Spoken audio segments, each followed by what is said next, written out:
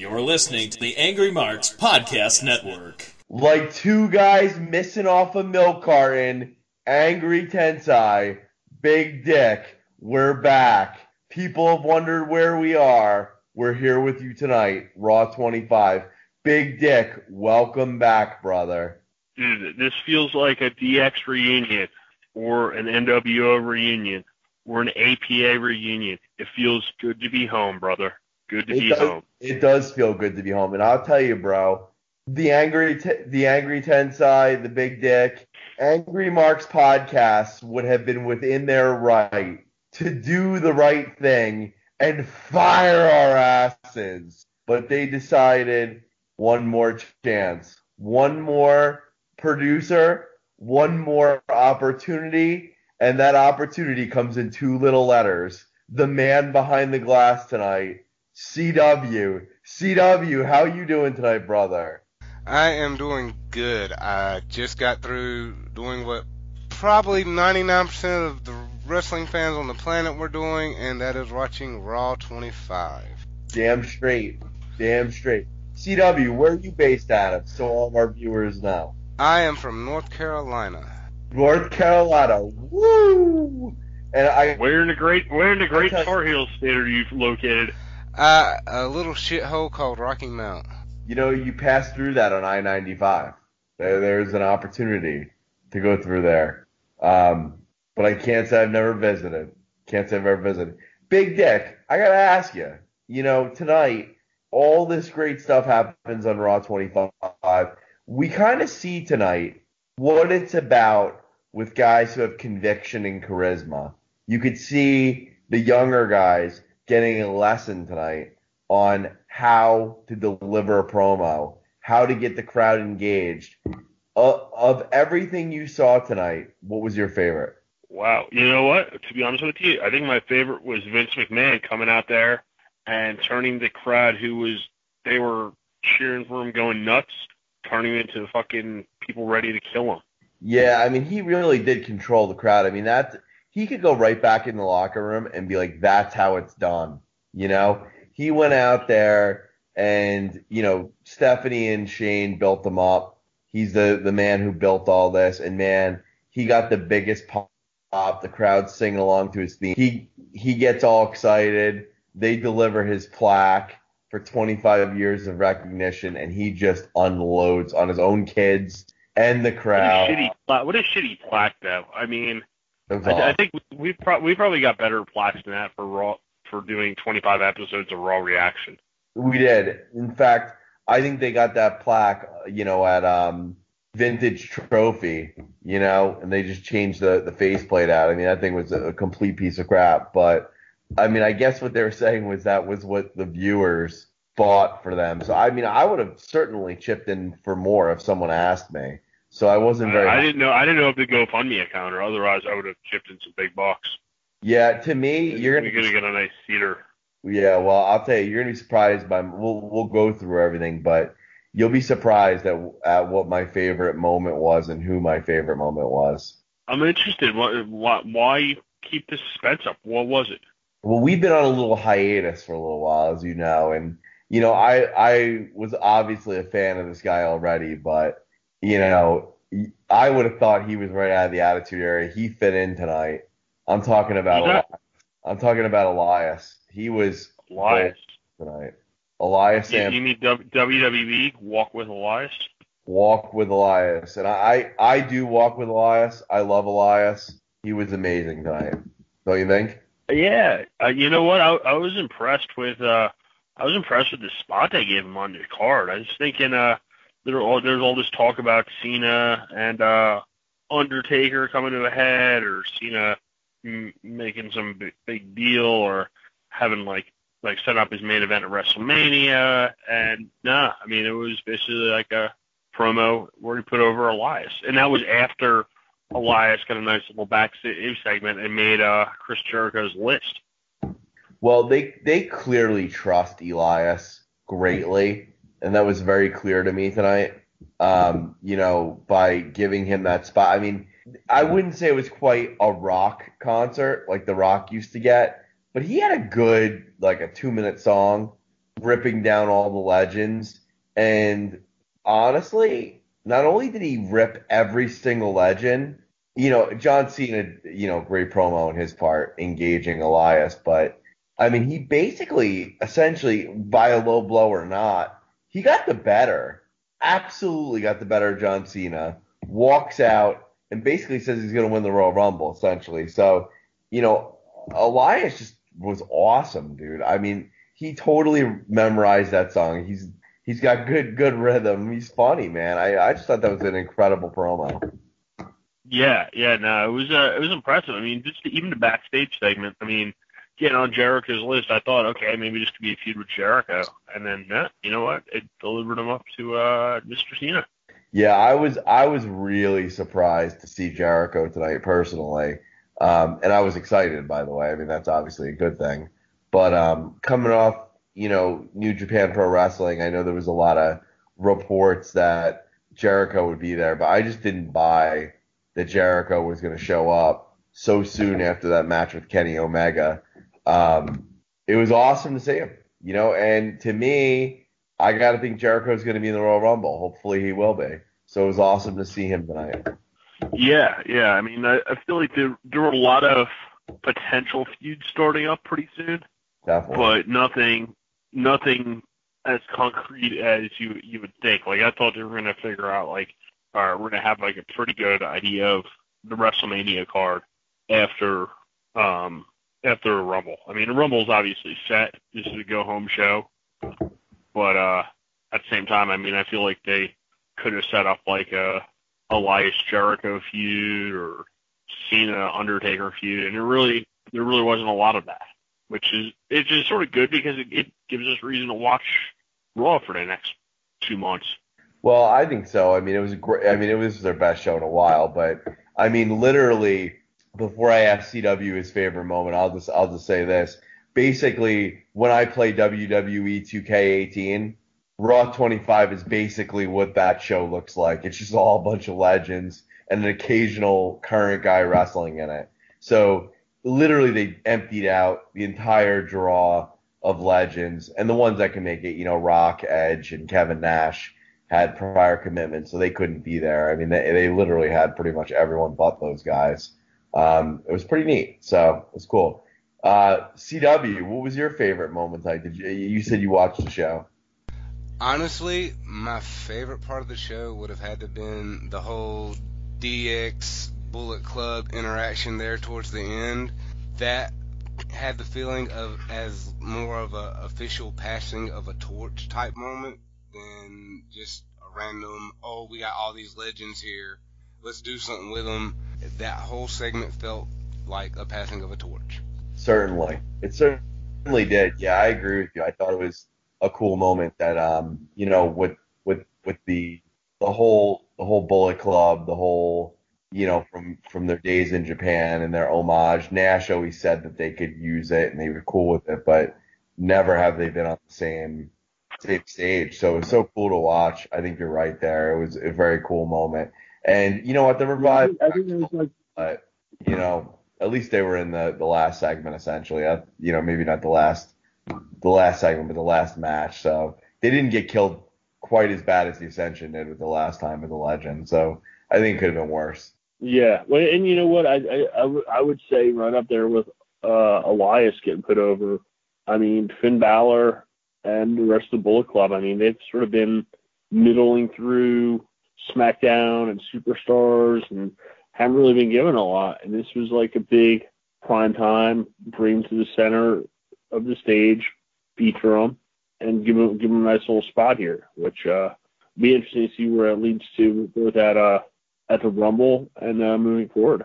I agree with you. To me, I mean, honestly, Gallows and Anderson are killers, and it's about time they've been beating people down. And I think as faces, they get to be more badass, and they're not backing down constantly from stuff. And I mean, they spent all that money to get those two guys, and honestly, they haven't done anything with them, and they've had almost no value for a year, even with a tag team title run that I don't even remember. It's kind of cool to see them kind of featured that right now, even though they might have titles, They've been the most dominant tag team over the last month or so.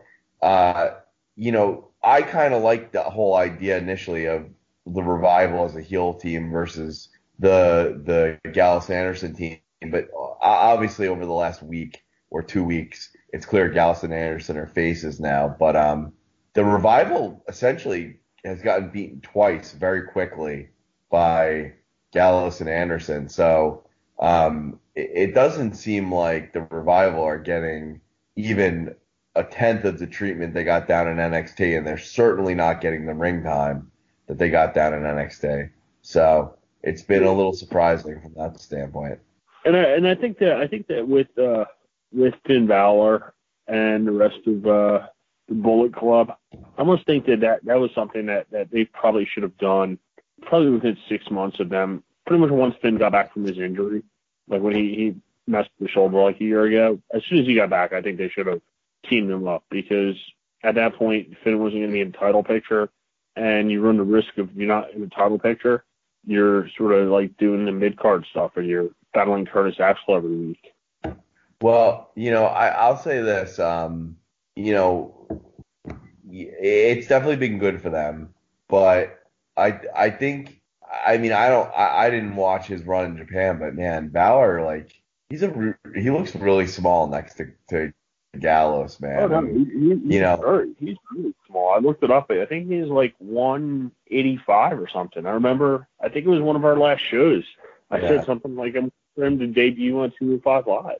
Dude, honestly, though, like, and I'm not trying to make a joke. I like Finn Balor. I always have. But he kind of looked like a child out there with those guys tonight, man.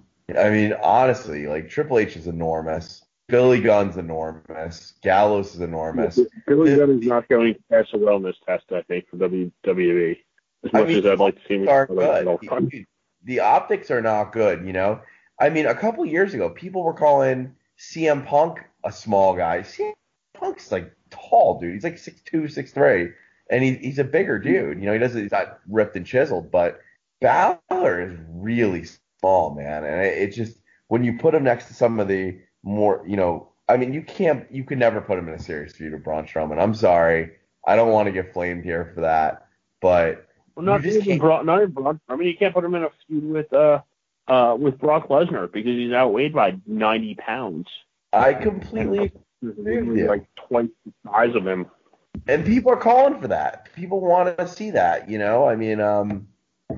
honestly, man, although he's literally the best wrestler in the world, and he is the best wrestler in the world, AJ Styles looked ridiculous next to Brock Lesnar in their match. It was a good match, and I liked the way they played it out at I think it was Bragging Rights, but or Survivor Series, I'm sorry. It just looked silly. It really did look silly. I mean, as much as I love AJ Styles, I really wish they wouldn't have put him in the ring with Brock Lesnar. And they got to think about that, man. There has to be some optics in the match and the presentation of it. And I wasn't in love with that. But Finn Balor even looks more ridiculous, man. He really does. Just saying. Yeah, I mean, at least AJ Styles looks like he crashed like 200 pounds. I mean, Finn Balor, he's like, I think it's like $185 or something. And I'm like, you know what? It's like, it's not selling me. You have monsters like Brock Lesnar, Strowman, and Jinder Mahal. Well, I really enjoyed the show. You know what really didn't sit well with me, guys? What really did not sit well with me was, that my favorite thing in wrestling over the last year, and I just don't think I'm ever going to get sick of it, and I don't think it's ever not going to be funny to me, and I'll always have YouTube to go back anytime I want. Whether he's broken or woken, Matt Hardy is my favorite thing. And even this lighter version of WWE they're building up to, he's just the greatest thing to ever happen. But bro, why did he get chopped tonight? I mean, he just went woken. I don't know. Is the whole woken thing, is that a big knockoff of the broken thing? Well, I think WWE wants to keep the intellectual property if Matt is ever. Yeah. So I think this way he gets to keep broken and they can keep woken. I don't know why they'd want to keep it, but maybe for the library, the video library or whatever. But I think that's why they're going with that because they literally between Matt and them they can access both either or. I think they just want to put a little spin on it. I mean, honestly, it doesn't bother me as long as they eventually bring back Vanguard One and Queen Rebecca and King Maxwell and Senor Benjamin. I'll be happy. But I think slowly they're gonna introduce all those characters, and that's what Jeff Hardy's been saying on Twitter. But I was just Brother Nero. yeah, Brother Nero, of course. I don't care, if he loses a match or he gets pinned, but that was a pretty decisive loss. Like I would have liked to see Bray cheat a little bit, like maybe his feet on the ropes or a handful of tights. But I mean, he basically like kicked his ass. I mean, I just didn't like it. I hated the announcers talking about, oh, I don't think we met Sister Abigail. Maybe we'll meet her someday. Like without like, there's no build for that or no anything or like I thought that storyline was done with the versus. Me too, but Jim Ross was a little off his game tonight, man. I know this was his big night back, and I think Jim Ross is better than anybody they got now, but he wasn't that great tonight. I really thought he was a little off his game. He called like some random move, a slobber knocker, as they went into commercial break.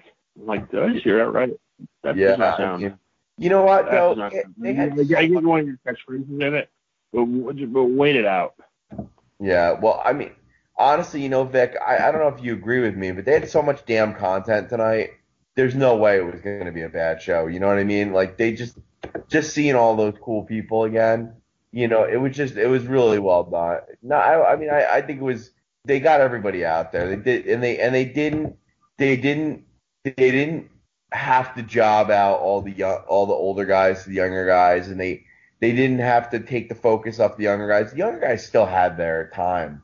I mean, it was very evenly dispersed. I think they kind of put storylines outside of the main event aside for one night, which is totally cool. I liked the whole presentation of the show, the two sites. I thought it was really cool. Oh, that was interesting. I didn't realize they were doing the two sites. The Manhattan Center definitely looks like a former ECW venue. Was that the Hammerstein Ballroom? I mean, am I missing something? I thought it was, right? I don't know. I've never been. You've been at least for wrestling, so you might be able to tell. It looked the same to me. No, it wasn't because there wasn't the I don't think there was the seating up top. But I just want to throw it out there. Well, I want to talk about the way certain guys talk. Actually, according to what I'm reading now, the Hammerstein Ballroom is located within the Manhattan Center. So it's the same. It's a different part of the same building. Yeah, interesting. It did look similar, but it wasn't the Hammerstein Ballroom itself. Is what you're saying? It very well could have been. But it looked like the same setup. Yeah, maybe you're. You know what I'm going to do, guys? We're going to go to Google here. Are the Manhattan Center and the Hammerstein Ballroom the same thing? Somebody must have asked that before. But it may just be the. Maybe they want to call it the Hammerstein Ballroom. Oh, there it is. Yeah. So it appears that the Hammerstein Ballroom is one of the rooms within. I've been in the Hammerstein Ballroom, but I don't remember another venue within it. Because I didn't see there's like an orchestra section up top that I didn't see on TV, but I could be wrong. So email us, let us know we're idiots. We appreciate that. We know we're idiots. We probably screwed it up. But you know what I wanted to talk about? What I wanted to talk about with you guys is the different look and size of certain people. Couple of things I wanted to point out. Stone Cold looked exactly the same. Like, I mean, he looks like he could just, that's like time stood still. He looked awesome. Vince looked very sickly tonight. And I could tell you his tailoring on his suits looked off. He did not look good. He looked sickly. He didn't look Vince McMahon. He looked sickly. Yeah, he definitely looked like he needs to be taking some calcium pills. No, I'm not saying he didn't look like he was in shape. I'm not saying he didn't look like he hasn't been lifting. He looked sick, bro. Like like he's sick. Like that's what it looked like to me, as if he is ill. Like there's a difference. He doesn't just look like, like he stopped weightlifting and now he's a regular guy. He looked sick to me. Like you could just tell, man. When your clothes don't fit you the same way, I mean, it didn't even look like they made an effort to go get. I mean, he's the CEO of that company. I mean, he's a multi-billionaire. Like, he just didn't look good, bro. I mean, he sounded awesome. He was funny. But just go back and look at him. Just go back and watch and tell me I'm wrong there. Because, like, Stone Cold, like I said, looked like time stood still. Undertaker looked physically better than he did in 10 years, man. He looked awesome tonight. So, am I wrong, guys? Or maybe I was looking at something different. He looked pretty badass. No, he definitely looked good. I was a little bummed they didn't start a feud with him. What do you think, CW? The Undertaker's appearance was very strange. He looked great. He did look great, but his appearance and just his promo at first kind of made it sound like a retirement, but then with JR's comment afterwards, who knows? Well, that's a good point. I want to ask you, we'll just jump into it because we're here now. I think you're right because, like, I left that segment confused because he came out, he looked like a total badass, and I'm like, wow, I guess he's certainly not retiring his character because he's standing here right now.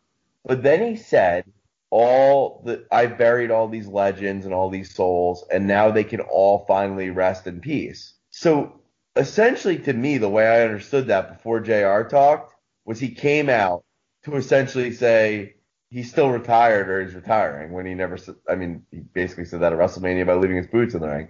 So or whatever, his hat in the ring. But I don't understand what that means. All the souls can, because what I thought he was going to say is those souls can rise again or something like that. But he just said, they can rest in peace. So what does that mean?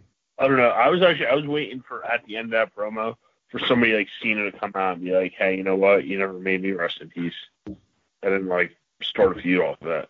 Well, that's why I think it was weird. I think it was weird having the two separate venues because it's like some of it didn't make sense on why. Like, I mean, I understand why like Taker was at that one venue, but like half your roster's at one venue, half your roster's at another venue. Sort of split everything up.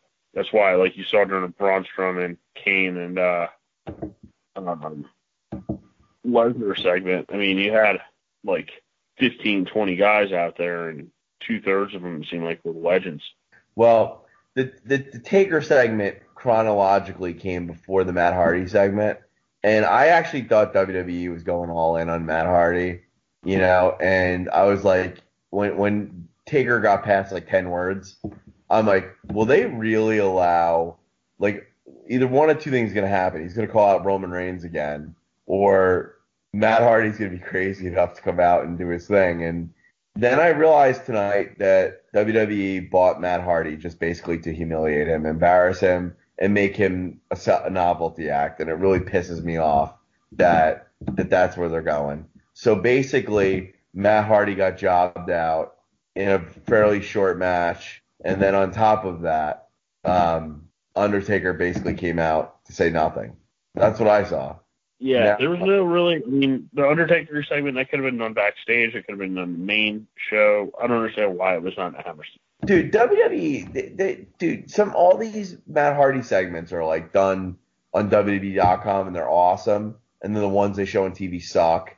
To your point, they could have done the Undertaker segment wherever. WWE makes no sense. I'm going to tell you guys something. Goldberg, on one of the most hostile crowds ever, the night after WrestleMania, gave his going away speech on WWE.com after Raw, but it was still in the arena. Honestly, guys, go watch it. It's on after Raw. It was not on Raw, so you probably don't remember seeing it. I actually, for some reason, decided to watch because I like Goldberg. He's my man. Honestly, the crowd tried to attack him at first, and he basically told everyone to shut up, show respect, and he wants to speak his mind. And the crowd turned, they stopped being heelish, and they were like, all these idiots that come in from they actually started showing Goldberg respect. He actually really turned him. It was an amazing promo. It wasn't a promo. It was just like him leaving. And like that didn't make TV. I'm kind of like, why would you not have shown that on TV? So sometimes they make really odd decisions. Like I'll give you another odd thing. Tonight, not the women's match, but the women's segment where they brought out Michelle Cool, Maria Kanellis, Kelly Kelly, Trish Stratus. There was quite a few. Maurice. They bring all these girls out. They don't say anything. They basically come out, get introduced, stand there and wave. Why did you invest all that money in literally bringing back Michelle McCool, Trish Stratus, and Kelly Kelly for the first time, and Tori Wilson for the first time in years, paying them probably a good sum of money to literally walk out through a door, wave, walk back through the door? Like, what's the investment there? That's a good point. I don't know. I really don't know. Dude, they better seriously use all those women that were not pregnant, because they can't obviously enter the Royal Rumble, which would be Nikki Bella was return or not Nikki. I'm sorry, Nikki Bella's not pregnant. Which would be Maurice and Maria Kanellis, but Nikki Bella's injured, so she might be permanently injured. So I don't know if she's gonna wrestle anytime again. But Brie Bella, I don't know. I mean, these girls were all out there. Use them, man. Now, I don't know if you guys saw WWE. I couldn't believe this, what they did on the app. And I don't know if you saw the CW. I couldn't believe, because they brought back everybody tonight.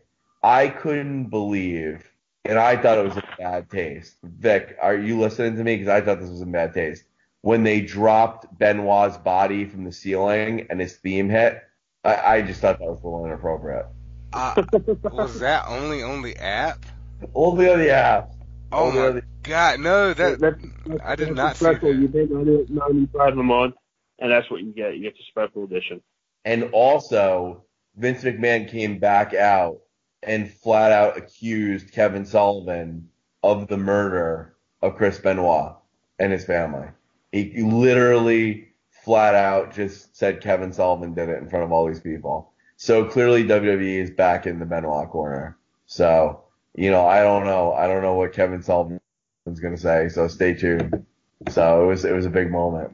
But, Vic, I don't know. Trish Stratus, still smoking hot or what? I think so.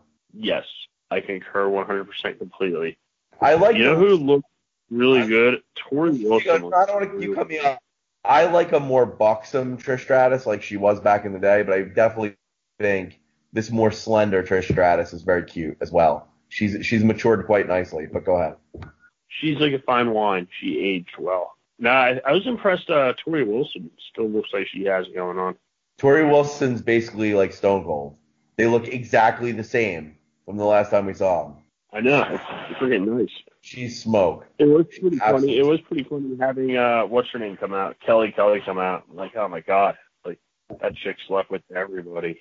Well, Kelly legit right now today is much hotter than she was ever at any point in WWE. She's smoking. No, I agree. Yeah, I mean, I'm not taking any. Like, okay, here's the thing, and I love hot chicks, of course, but. I want to see a more athletic, at least in wrestling. I know Vince Russo, my hero, would kill me for saying this, but I'd rather see a more athletic, but attractive, somewhat attractive or attractive. Like the women who are on top in WWE are certainly attractive. Alexa Bliss is smoking. Charlotte's attractive. Sasha Banks attractive. They're good looking girls. Yeah. But I'd rather have them than these smoke shows that can't wrestle. So I think we're better off overall. But, man, I forgot how beautiful some of the divas were back in the day, Michelle McCool. They didn't need an ounce of actual wrestling skill and strength. Well, no, that's not true. Michelle McCool was an outstanding wrestler. But she's like the new breed of girls. She's the more athletic. You look at, Mickey James. Mickey James and Michelle McCool didn't have anyone to wrestle but themselves. You know, I mean, they were on another planet back then. You know, Big Dick, no, Big Dick. CW, this used to happen quite often. Are you familiar with the Raw reaction? No, I am not. So we at one time probably went for about like 3 years straight. I mean, we were going forever. So we've been around, and we were on like a month hiatus, or maybe even longer, 2 months hiatus. And what Big Dick is known for, and it's kind of weird because it started happening the last year. It did not happen the whole 3 years we were on the air together. You know, we might even been on the air longer than that. Killer Kev would know. I think we might have been. Maybe we were on for 4 years. I mean, we were on for a long time. So it's a weird thing. The last year, Big Dick used to fall asleep on the air, and I think he has narcolepsy. You know, and someone who has narcolepsy. Literally, like, I'll be like wide awake at like 11 o'clock. We get on the air, and like 15 minutes later, I'm like nodding off. Yeah, you just did it. There was a legendary show, CW, that Stevie almost fired us for when he used to take these shows seriously, but he doesn't anymore, which is great. But there was one show where Vic went off on something for like 10 minutes, and I was really tired. And I'm not one to really fall asleep on air, but it has happened from time to time. And I was going down, CW. I was going down. And all of a sudden, I woke up out of a fog, and Vic is like, well, what do you think of that?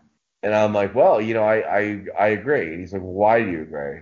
And I'm like, chicken heads. And he goes, did you say chicken head? I don't know why it came out of my mouth. I said chicken head. I don't know why. I said chicken head. I have no fucking idea why I said chicken head. But that is what came out. Chicken head. It was awesome. That was one of our classic shows. We did used to get in a lot of trouble there.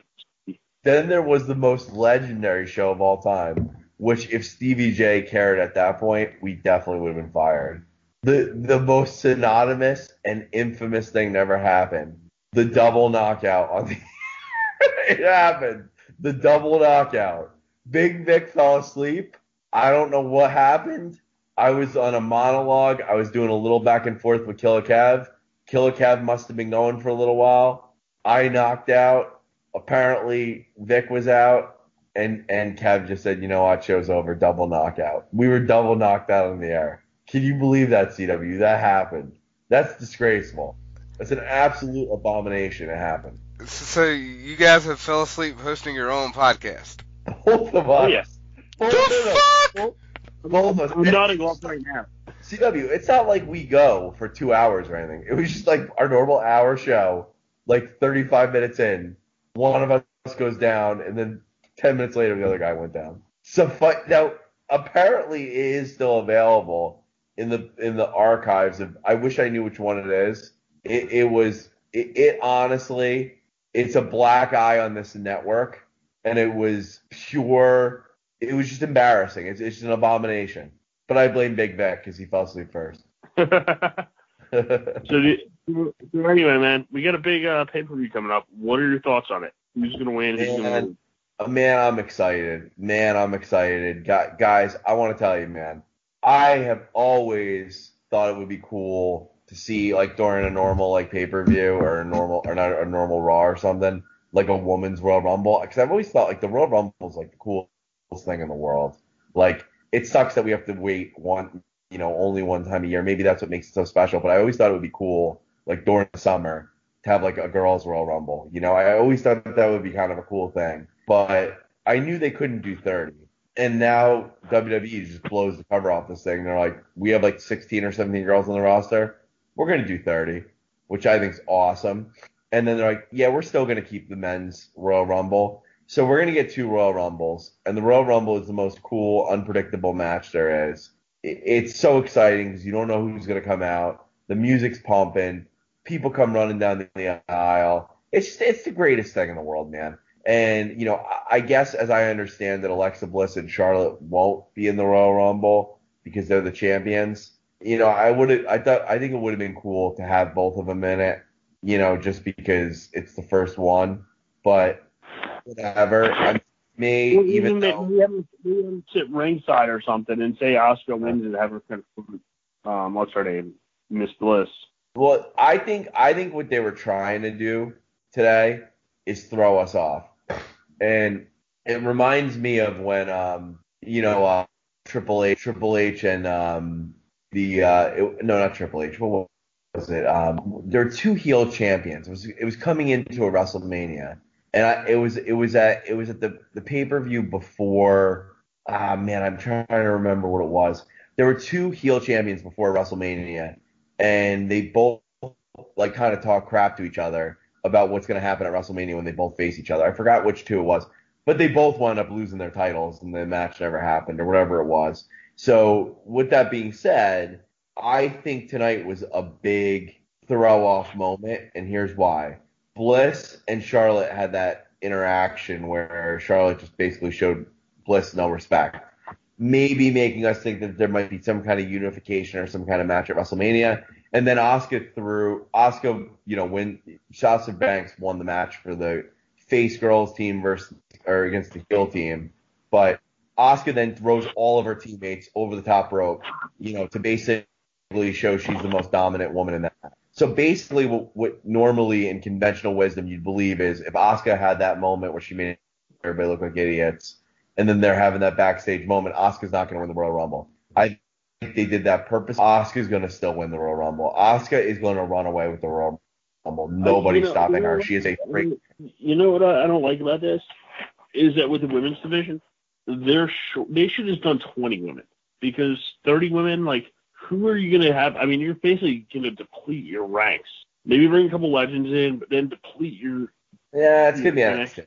I mean, they have some good women's wrestlers in NXT, like Nikki Cross, Peyton Royce, Billie Kay.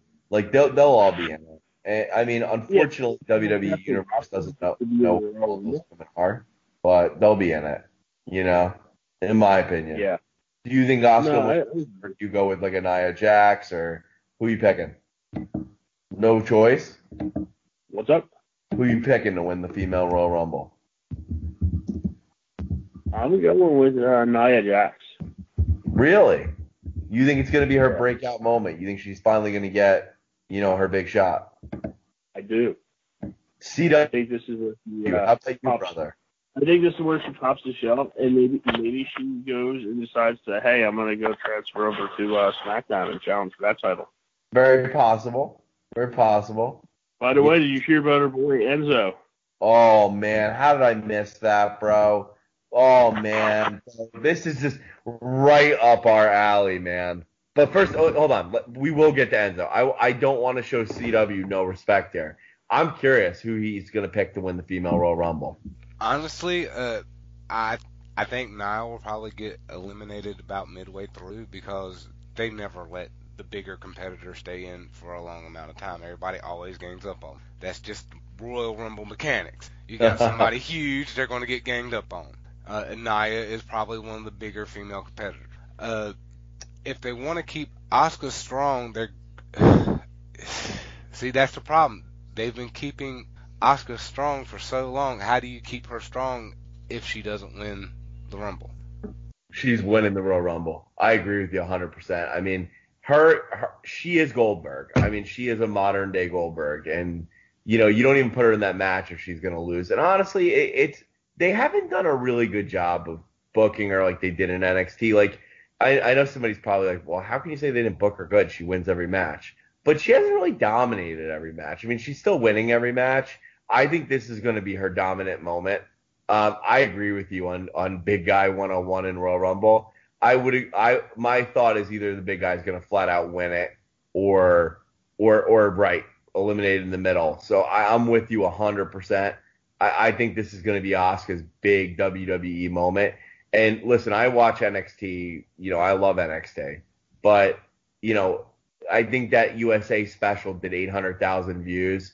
A normal Raw will do about 2.5 million views. So that's telling me, simple mathematics, because 800 on a special is going to get you more than you normally get. I got to think about 600,000 are normally watching NXT on the app if 2.5 million are watching it on USA.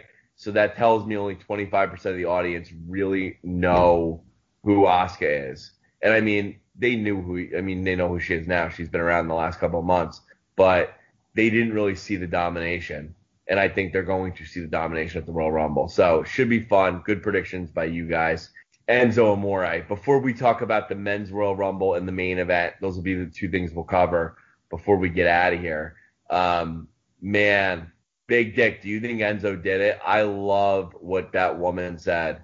The woman who claimed Enzo REAPED her, she claims that he said, "You'd be lucky to get this blank. I have 1 million viewers on Instagram."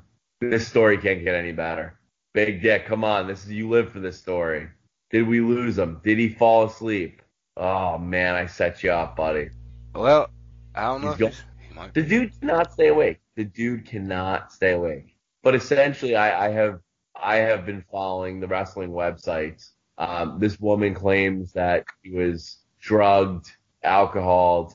There is a lot of questionable stuff on her Twitter.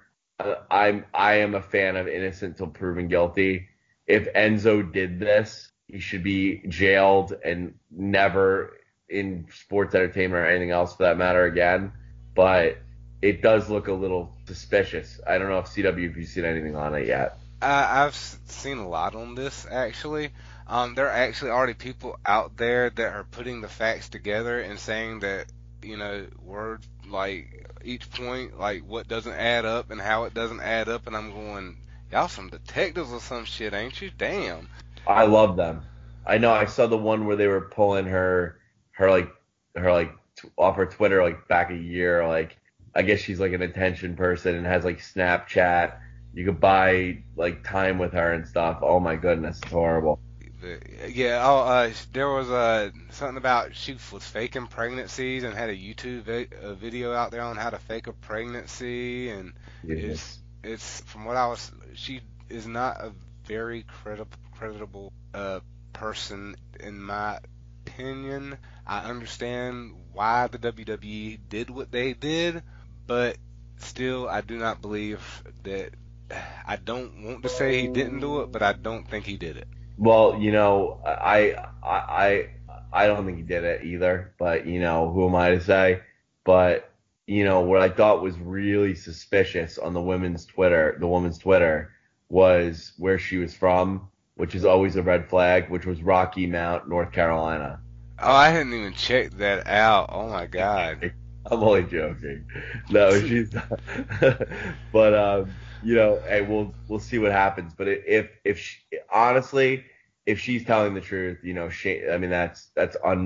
feel horrible for her, and that sucks because no one deserves that. But if she is setting him up, man, that's messed up, and that could ruin someone's life for no reason. So either way, somebody's really bad and somebody's really wrong here. I really hope. I just hope the truth comes out, to be honest. But Big Dick missed that story. So the Royal Rumble itself. Now, you know what? One thing I like about this year's Royal Rumble is they're not giving a ton of attention to it. There's a lot of mystery coming into it. People are just declaring themselves. I mean, if anything, The Miz has been one of the focal points of the Royal Rumble, I think, this year, and his entry into it. I think John Cena's in it as well. He's made a big deal out of it. But, I hate to say this, and I don't want this to happen, and I have no interest in this happening. But, Roman Reigns, I think, is going to win it, and that kills me. And I don't want that to happen, but I think that's what's going to happen. I think they're not even addressing it. It's going to come out of nowhere at the Royal Rumble. I honestly don't think it's going to come out of exactly nowhere. I mean, he can't challenge for one belt. Like, realistically, he could challenge for the heavyweight championship while he's still the IC title holder, but they'd have him. Most booking situations would have him drop the title first. And what did he do tonight?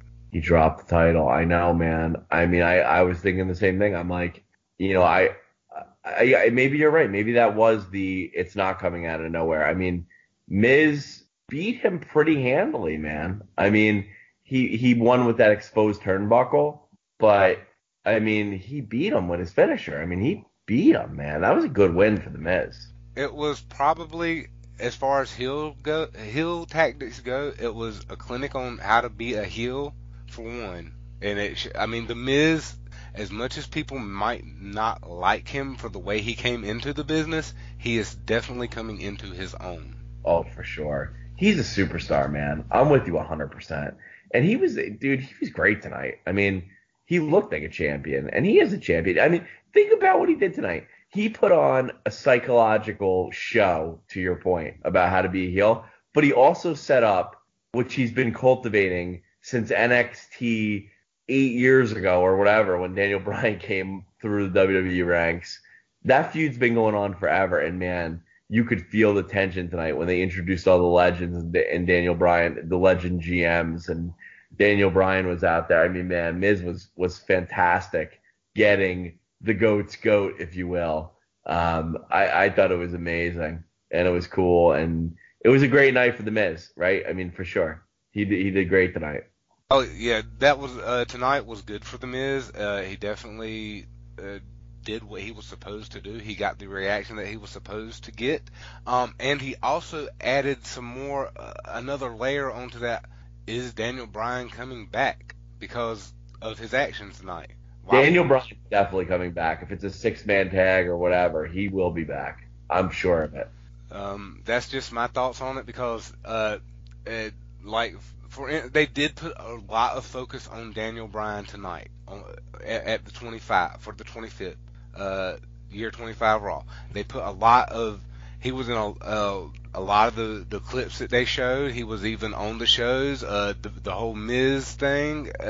He is getting a lot of focus right now, and if he's not coming back, then I don't know why they would be giving him all this focus. I agree with you. I think it would be awesome. I can tell you, though, he's not winning the Royal Rumble, but I think Roman Reigns, man, it sucks. Yeah, it's set up. The way it's set up, I mean, if he doesn't win it, they will have surprised me, for one. If Roman Reigns does not win it, I will be happy, and I will be surprised, but I'm hoping they surprise me, because I haven't been surprised in a long time, so I'm hoping they surprise me. I mean, I know, so I usually go on my, it's usually like around today, maybe not today, maybe yesterday.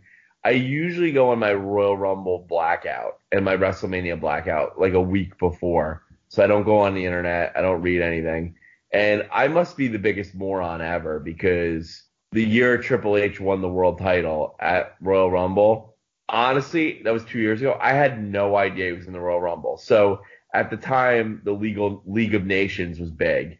And I remember I'm like keeping track in my head on like who's left. And Wade Barrett, for some reason, was not in the battle. It was not in the Royal Rumble. So I thought to myself, number 30 is Wade Barrett. It's got to be. He's the only one left. It was Triple H. So everybody supposedly, I guess, thought that was going to happen. I had no idea. And when Triple H eliminated Roman Reigns, I was shocked. I thought Reigns was going to win the world title at that Royal Rumble. And I thought it was awesome. I thought Triple H coming out was so cool, and winning that moment was so cool. And I hope somebody does it to Roman Reigns again this year. That ideally, if they're going to bring somebody new in, or bring somebody back, that would be a great way to bring them back. For one, you can't tell me that the WWE doesn't know that people, while the younger crowd does like Roman Reigns and the women like Roman Reigns, the male audience doesn't really buy into Roman, and the WWE knows that. So if they're going to bring somebody in, the best way to get them is to get the male audience. And right. And the way they would do that, bring somebody in, Roman Reigns, they go over. They would have to do exactly what they did with Triple H again. Right. No, I wouldn't mind that. I mean, Randy Orton was kind of a surprise last year too, right? I mean, that was a surprise. I thought that was a surprise. It was a surprise because honestly, I honestly didn't think Orton would get it last year. But what did he do after it? That's the question. See, they did something with Orton just for the big oh my moment, but then nothing memorable came of it. You know who I'd have win it? Now, I think Reigns is going to win it. Here's who I'd have win it. And I am not a mark. If you followed it, followed our show or followed us, we almost go against who the internet likes more as a rib, but I like this guy. I think he's awesome, and I think he's just the shit. If it was up to me, and I think it's kind of good he's lost matches early. I think this would be a great place, especially eliminating Roman Reigns at the end to let Nakamura win the whole thing in the Royal Rumble. It would be awesome. People would go friggin' nuts, and he could headline a WrestleMania. He's awesome. Well, this could very well set up. Well, Styles has got the championship on SmackDown, so if Nakamura wins, then he could challenge for the championship on SmackDown, and that could be a way to set that up. Could do that, and that's like the internet dream, right? They want to see Nakamura and Styles. Personally, I'd love to see Nakamura take the bid and challenge Brock Lesnar the next night. Those two would kill each other.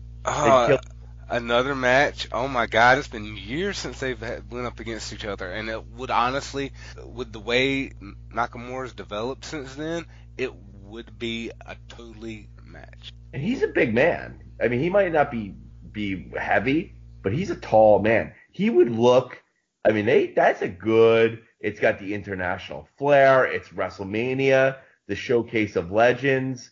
Man, Nakamura, what is he, a 3 or 4 time IWGP champion versus Brock Lesnar? I mean, that's a money match on the biggest stage of them all. I'd love to see it. Instead of Roman Reigns versus Brock Lesnar, come on, dude. Who wants to see that? Even the little kids don't want to see that. Here's what you can do with Roman Reigns. You want him to be champion? Great. You know what you do? Wait till May, and he can hold the belt all the way through till Survivor Series. Because nobody really watches wrestling during that period. Everybody comes back for Survivor. No, I take that back. Everybody watches SummerSlam. They come back for Survivor Series. And generally, the crowd hangs from Survivor Series all the way through WrestleMania.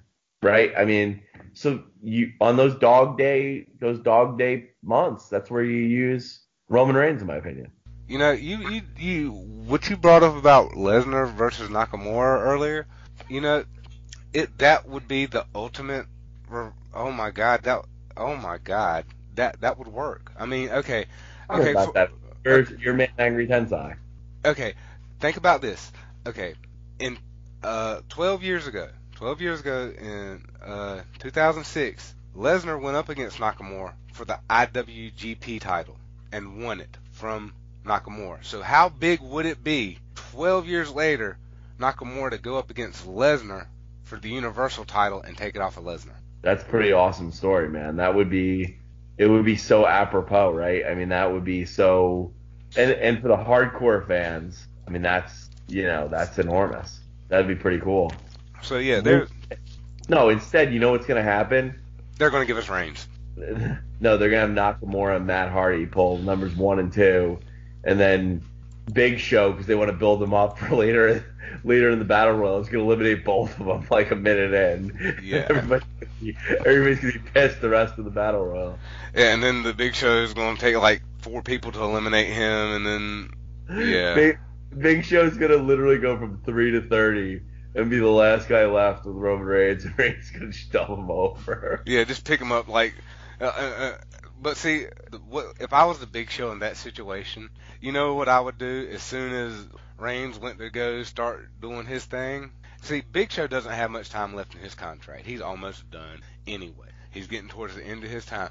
If I was Big Show, as the ultimate fuck you, I would sit there and right as Roman Reigns goes to Superman punch me, I just dive backwards and out the ring and be done with it. He would no contact at all, just oversell, air everywhere.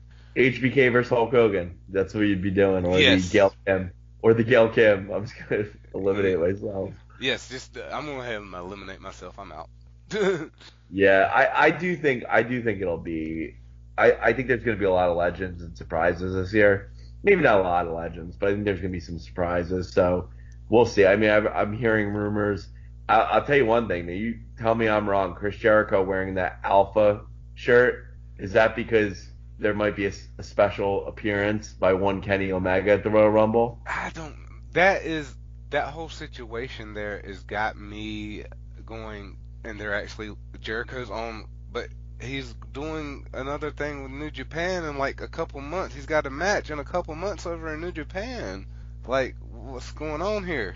So that alone, that shocked me that he was even there. It surprised me. So it does make me think that it might not be Vince trying to work with New Japan, but Triple H is very big on the whole wrestling is wrestling, and we need to let wrestling grow.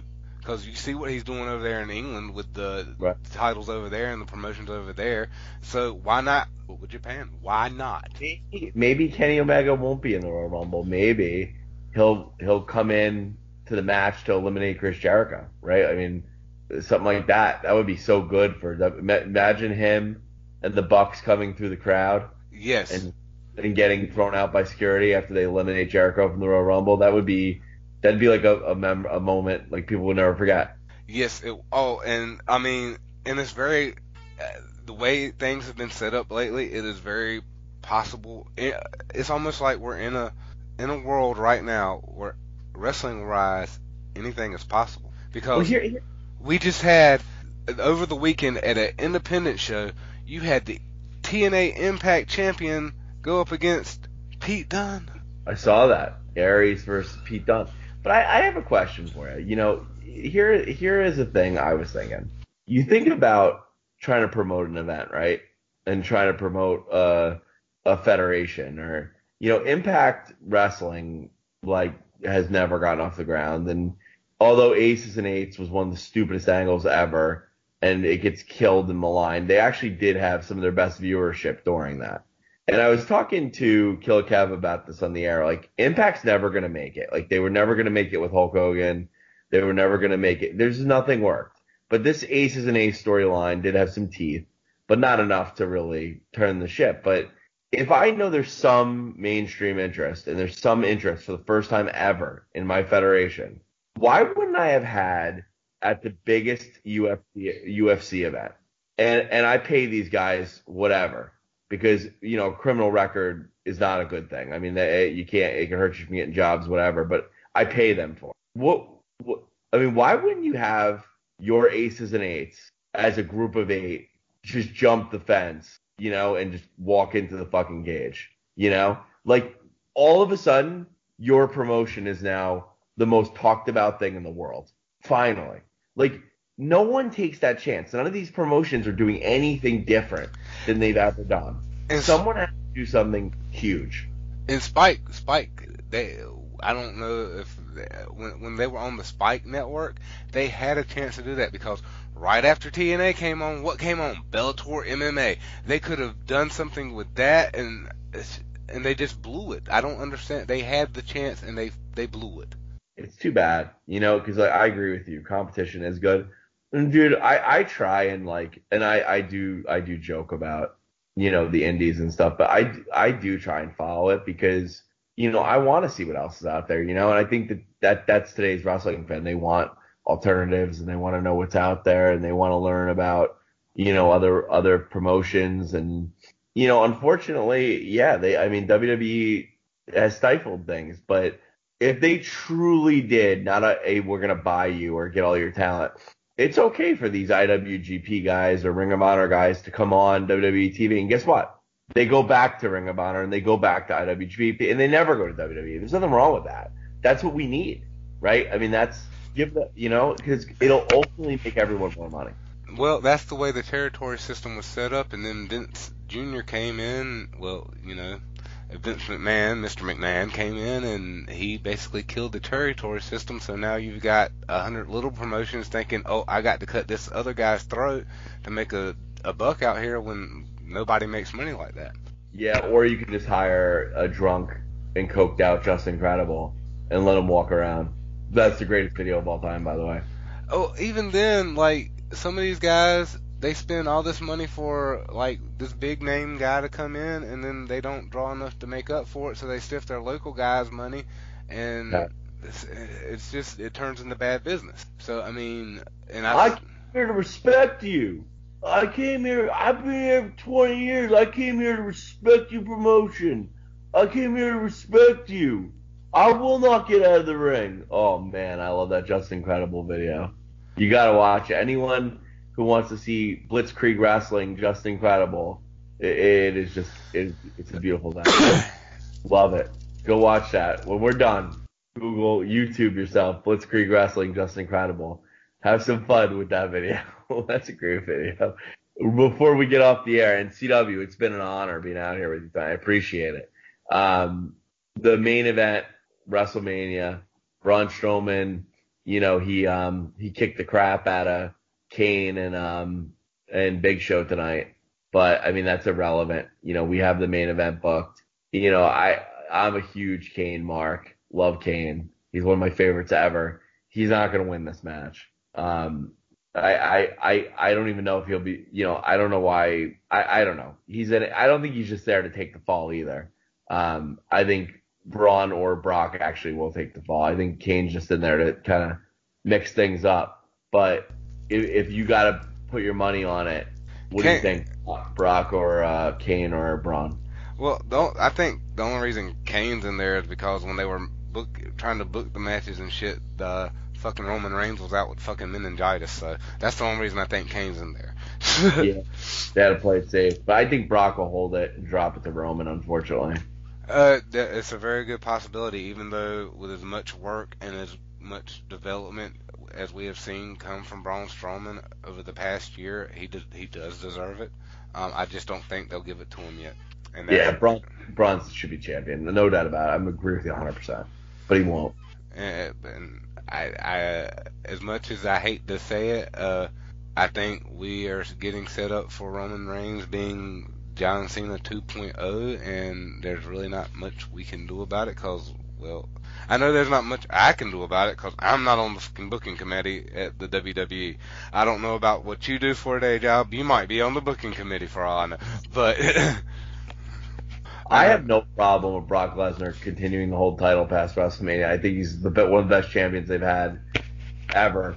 I love him. I think he's fantastic.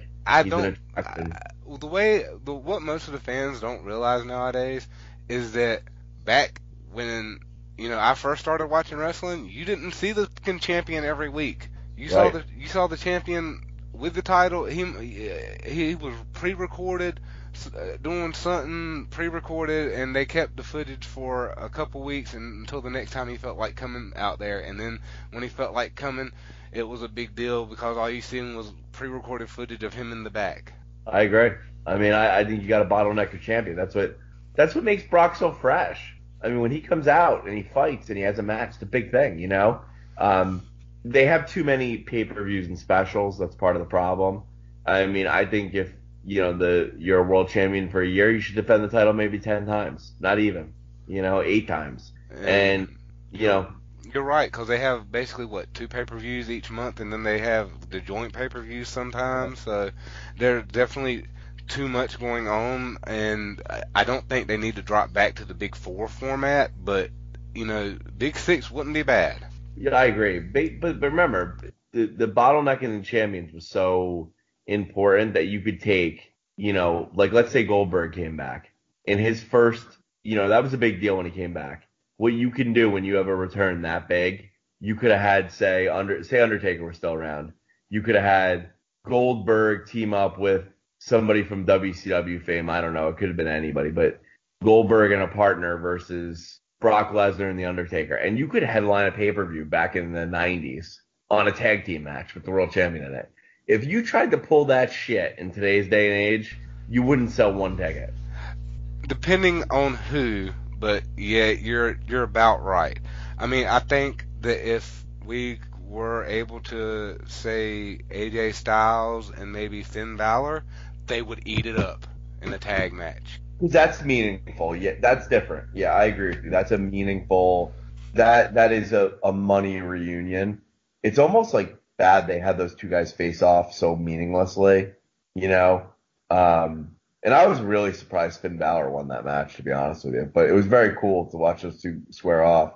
But yeah, that's about the way I'm feeling with it. Is they right now basically the title. People have gotten to the point where the titles really don't mean anything.